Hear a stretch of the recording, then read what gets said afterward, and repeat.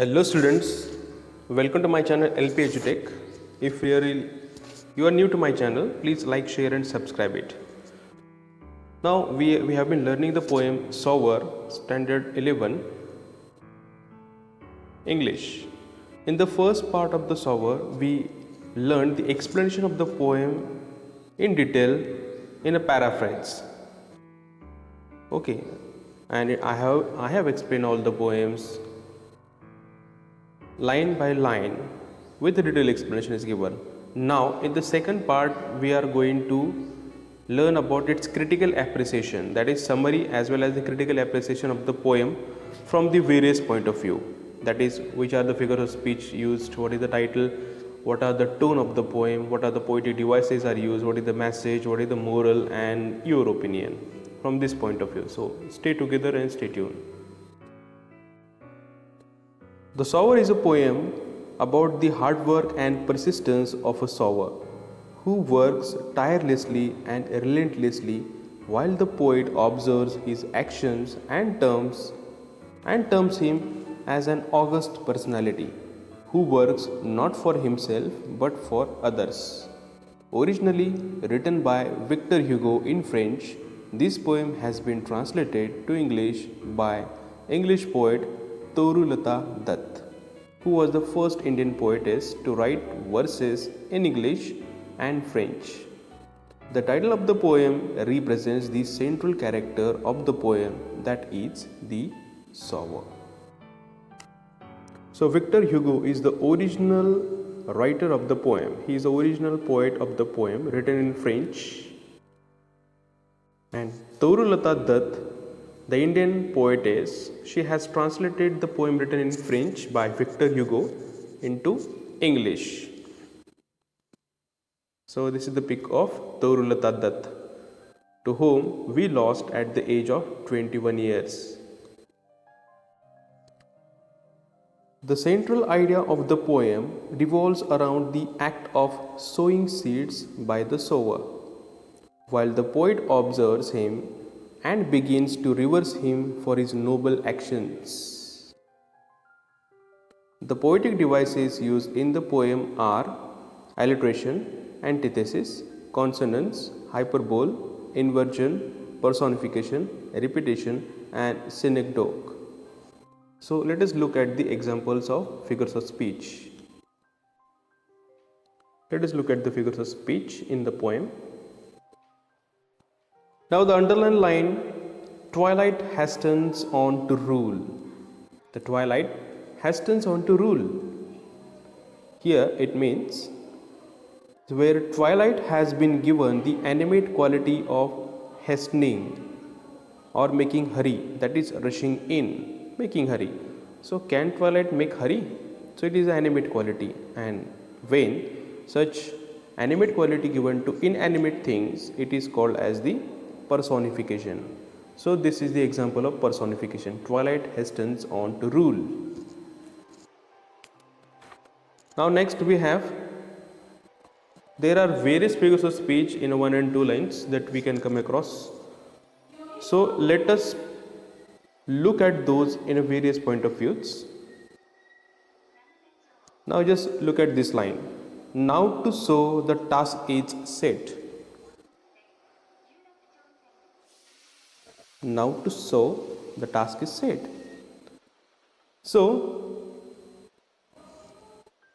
here we can find the example of alliteration. Now how? Because the sound of the letter S, now to sow the task is set, S, S, S. S is repeated for the poetic effect. So in a sow S and in a set S, and even task sound is repeated. So alliteration. The sound of letter S is repeated for the poetic effect, so it is alliteration.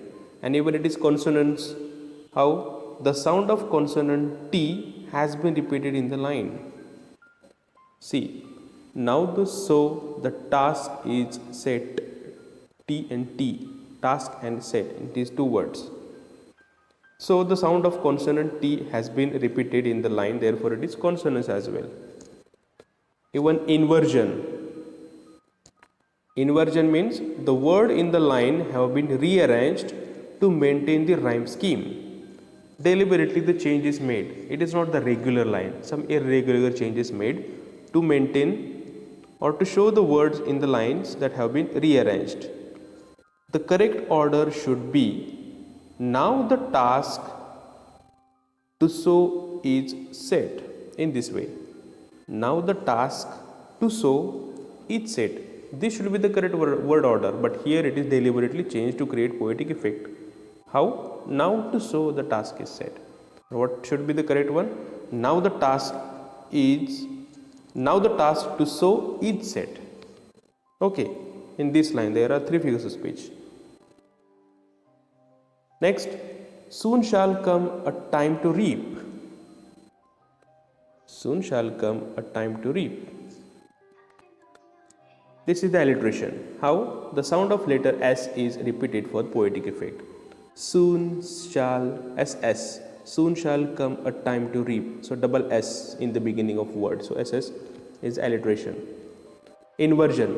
The words in the line have been rearranged to maintain the rhyme scheme. The correct order should be: a time to reap shall come soon. This should be the correct line. What? A time to reap shall come soon. But here it is made soon shall come a time to reap. So it is word order is changed. And when the word order is changed, it is inversion. Figures of speech. Now next, marches he along the plain. Marches he along the plain. Even this is also the inversion. Word order is changed. The words in the line have been rearranged to maintain the rhyme scheme. The correct order should be: he marches along the plain. Right? He marches along the plain. Next, to and fro and scatters wide. The very next line, to and fro and scatters wide. It is the antithesis. How? When the two opposite words, to and fro, that is here and there, its meaning is here and there, to and fro, have been used in the same line to indicate the movement of the sower, that he is moving here and there in the fields and plowing the seeds, throwing the seeds. Okay, in this sense. So to and fro and scatters wide. So it is antithesis, here and there. When the two opposite words are coming together, synonyms and opposite words, similar and opposite, to and fro. So it is the antithesis, figures of speech. Next, from his hands the precious grain.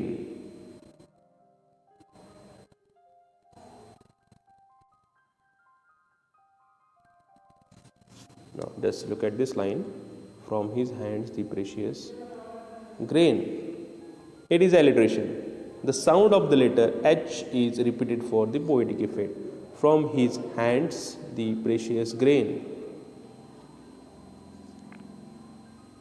HH. Okay, his and hands. In both words HH repeated. So it is alliteration.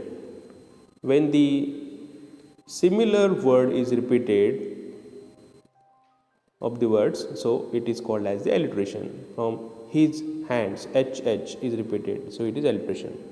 Consonants as well. The consonant sounds R and Z have been repeated in the line.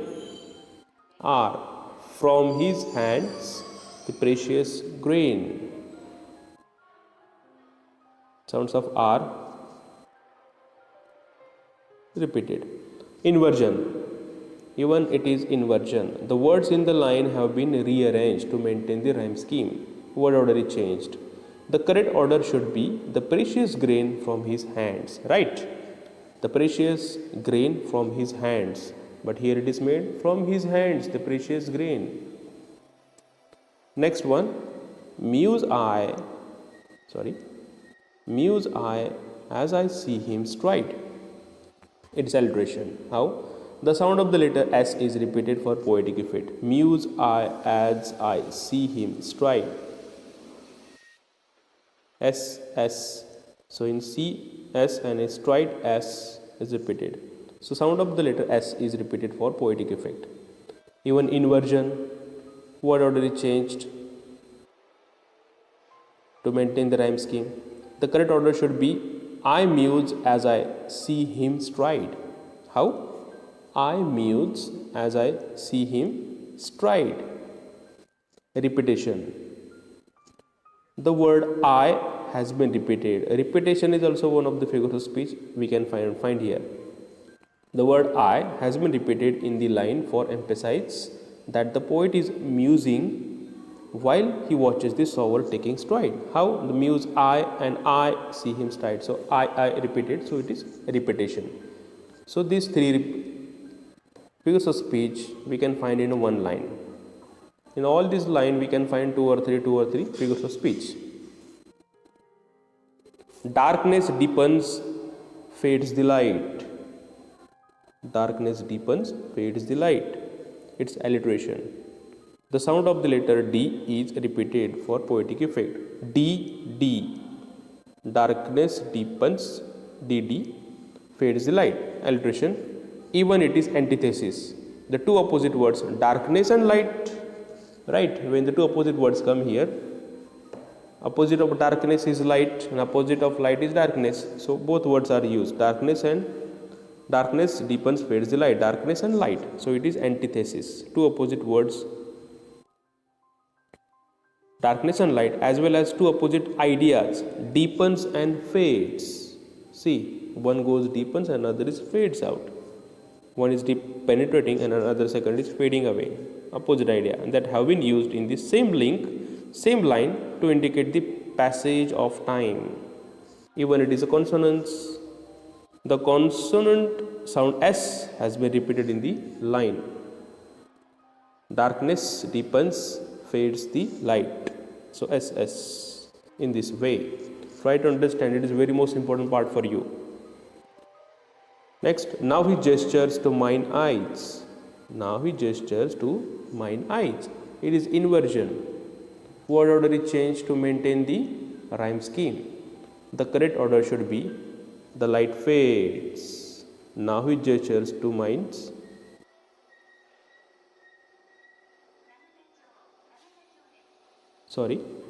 Now he gestured to mine eyes. It is inversion. That is, the correct line should be, the correct order should be, to mine eyes his gestures. Right? To mine eyes his gesture. But here it is made, now his gesture to mine eyes. No, it should be correctly, grammatically it should be, to mine eyes his gestures.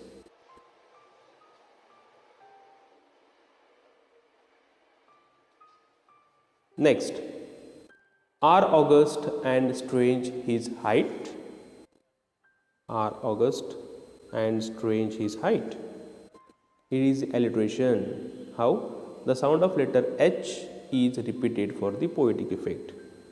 Are august and strange his height. HH, his height, right? HH. So it is alliteration. And even it is hyperbole. It is exaggerated statement. Hyperbole means the line is an exaggeration of the sower's greatness. Something which is said very highly, because of which the poet credits the sower as being tall enough to touch the starry sky. Is there anything or any image we can touch to the sky? We know the limit of the sky is so much great. Untouchable it is, unreachable. But here it is said,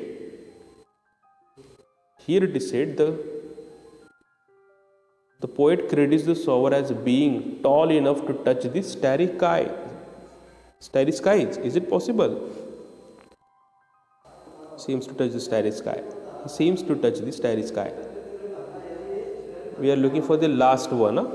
Seems to touch in starry sky. That is alliteration. The sound SS repeated, S and T repeated. And hyperbole is the line is exaggerated of the sower's greatness, because of which the poet credits the sower as being tall enough to touch the starry sky. And the above line, are august and strange his height. Here we can find alliteration, because sound of letter H is repeated for poetic effect, and consonants as well. The consonant sound T has been repeated in the line in this way. Don't get confused, there are various figures of speech that we can find in a single line. So very appropriate those figures of speech you better understand and write in exam whether if it is asked. If it asks to write the particular figure of speech, you write the particular figure of speech example. Okay. Now along with this line, we can find the examples of imagery from the extract. Imagery means what? It creates the picture. It creates the image before our eyes while we read the poem. So that quality that poem has, so it creates a picture in our mind. How? Now just find out. I'm just taking an example. So those imagery you need to find out, and you can find it out from on your own also. Marches he along the plain. See this example. Marches he along the plain. Now here it is, I already underlined. Marches he along the plain. Now the word marches indicates the movement and thus creates a visual image in the minds of the readers, right? And even the to and fro and scatters the wide from his hands the precious grain. This one, which is already done for you. To and fro scatters the wide, okay, and from his hands the precious grain.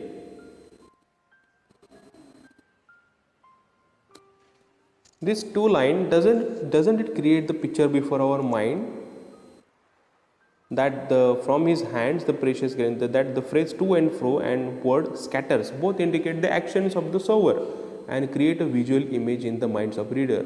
We can see the picture of the farmer or the sower who is throwing the grain from his hands here and there. It creates a picture before our mind, before our eyes. That's it. Darkness deepens, fades the light.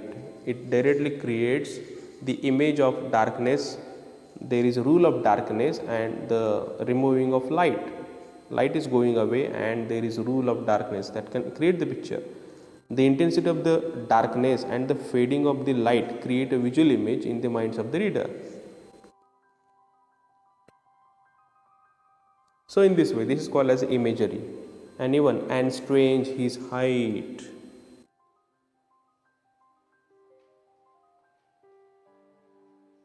Strange his height. How the height is strange? Because it seems to touch the starry skies. This line is very much beautiful from this poem. I really like it because it directly creates the picture that the line it creates the visual image in the reader's mind that sower's height is actually touching the starry skies. So great height of image is created before our eyes. So this is the imagery.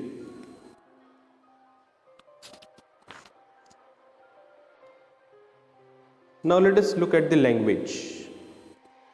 Next point, the language. The language used by the poet is slightly complex because it has been written in a way that it maintains the rhyme scheme of AB, AB. To maintain the rhyme scheme, it is deliberately written in a particular way. Most of the use of inversions, that is word order, is changed. It has a steady rhythm and consistent meter, meaning that there is a consistency in a number of syllables used in the line. The poet follows the narrative style of the writing.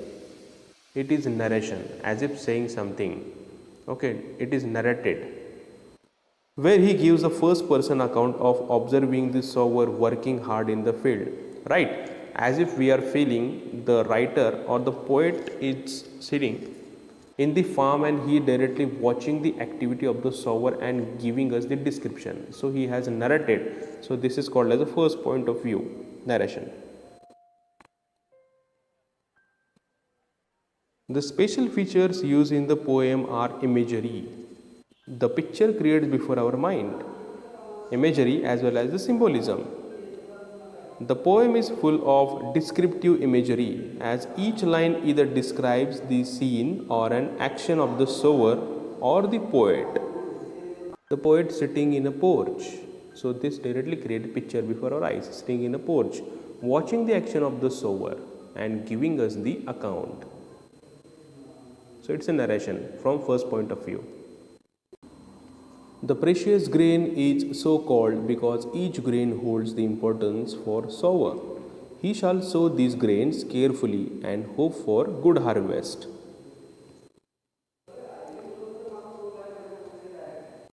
The special feature of poetry or the novelties in the poem are the exact translation of lines from French by Tourudat. When the Tourudat has translated the poem from French language into English, This is the original poem in French. She chose to provide a true account of the observations, as written by Victor Hugo.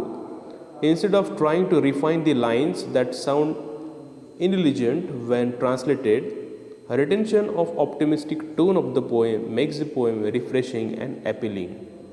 His focusing elements in the poem are dedication and commitment of the sower, his perseverance, and the poet's acknowledgement of the sower's action as being selfless and noble.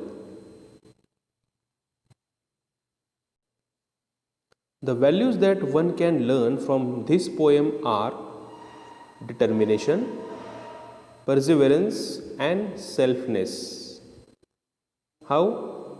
Because the sower is very determined to grow and reap and take the and to use those sower, okay, and to use those grains for the betterment of the world. He has a perseverance, that means he is very much determined, he is a hard worker, so one can be the same hard worker like him.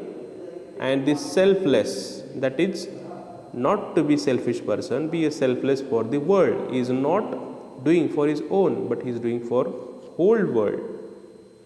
The message given by the poet through this poem is that one should keep working with positive attitude in life, because one shall eventually reap the benefits of one's hard work. The sower's commitment towards his work and the poet's admiration of sower give the poem a positive and encouraging tone, thus making it a very fine read poem. So really this is the best optimistic poem written by Victor Hugo and translated by Tauradath without making changes and without losing its value. So here in this way our poem Sower is over from the critical point of view. If you have any doubt, you can comment me in the comment box. And if you really like my video and explanation, please like, share and subscribe. Thanks for watching.